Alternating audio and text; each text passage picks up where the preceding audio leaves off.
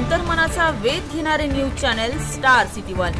राज्यातील आणि देशातील राजकीय घडामोडी पाहण्यासाठी आणि इतरही बातम्या पाहण्यासाठी सबस्क्राइब करा स्टार सिटी वन।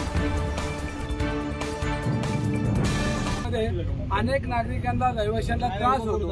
अनेक रहिवाशांनी या ठिकाणी पोलिसांना पत्र दिले, कमिशनर ऑफिसला पत्र दिले आणि तरीही पब संस्कृती एवढ्या जोरामध्ये चालली की इथल्या स्थानिक रहिवाशांना त्रास होतो।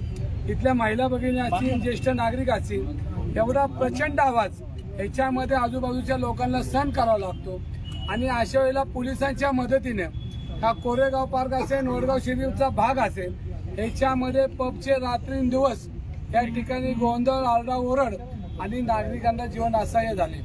काल ज्या पद्धतीने एका बिल्डरच्या मुलानं 2 निष्पाप बळी याच्यामध्ये गेलेले, त्याच्यामध्ये त्याला अटक केल्यानंतर 151 हा त्याला लागू होतो, तो लागू केला नाही। दुसरा 304 हा महाराष्ट्र पोलीस ऍक्ट प्रमाणे त्याच्यावर कारवाई व्हायला पाहिजे होती। त्याचं वय 17 वर्ष आणि अशा वेळेला त्याला लाल कार्पेट टाकून या ठिकाणी घरी पाठवलं। करोडो रुपयाचा या ठिकाणी काल व्यवहार झाला दादा।